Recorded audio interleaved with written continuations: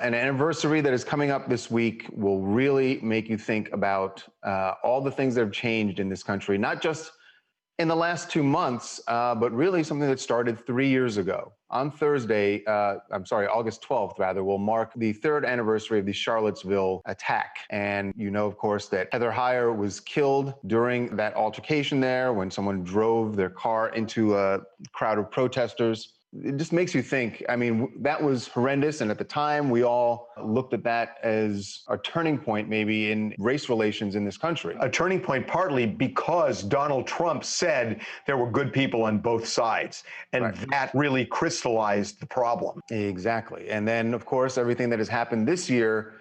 And, you know, there clearly is a lot that has not changed.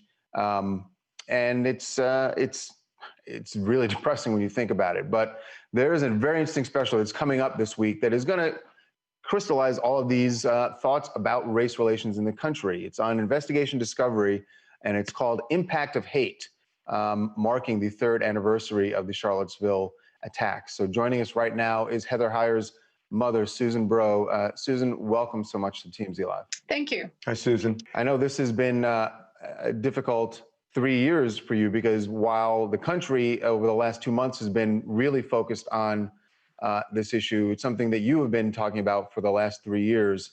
So tell us about this special and why this is something that I feel that everyone really needs to watch. Unfortunately, we have a history of ignoring race relations in this country and have for 400 years. We don't get it right. We ignore it. We hope it goes away. 8 years ago, we had the murders at the Sikh temple. We had the murder of James Byrd. We had the murder of Matthew Shepard. You know, we keep having all these murders, and we get all excited about it for about a half a minute, and then we go back to our white existence. And so we need to move beyond that. Heather's murder should not have been as large a wake-up call, because we should have been woken up before that. Yeah, but we weren't. And, you know, I don't even know how to ask this question, but, you know, what Heather was doing was trying to do good and trying to shine a light on what you just said. And things have gotten worse, it seems, if that's even possible, but it feels that way. And I'm wondering, that must emotionally be difficult for you to see that your daughter was standing up for something, and she hasn't improved. Such a symbol of, you know, what happens when people have hate in their heart, and yet it's just that hate is just growing. Yeah, there are a lot of factors for that. We have to take ownership of that fact that we have not made the improvements that we need to, and hateful rhetoric is polarizing us. Hateful rhetoric is fed from all levels across the country, and we need to take personal responsibility for that. I mean, I get angry at times, and myself, I have to back off of being quite so vehement, and let's try to be rational and have a conversation. Let's try to make some changes. Susan, I'm wondering if what you just said is very interesting about, you know, being able to have conversations with people.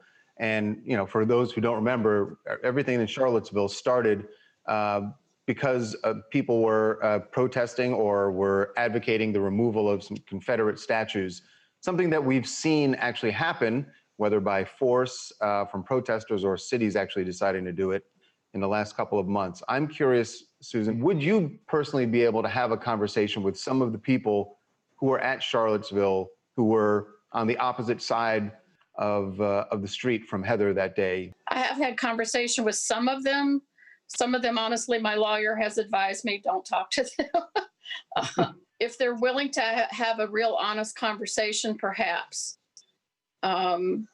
If they just want to spew hateful rhetoric, I really don't have the time. I'm not interested. When you want to have honest conversation about the truth of history, a woman on Twitter this morning said, well, I'm not going to watch that show. That's just causing more hate, and it's losing history. And I said, what history is it losing?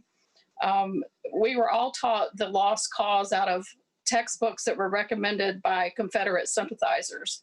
So let's look at real history. The Articles of Secession listed slavery many times as the reason for secession.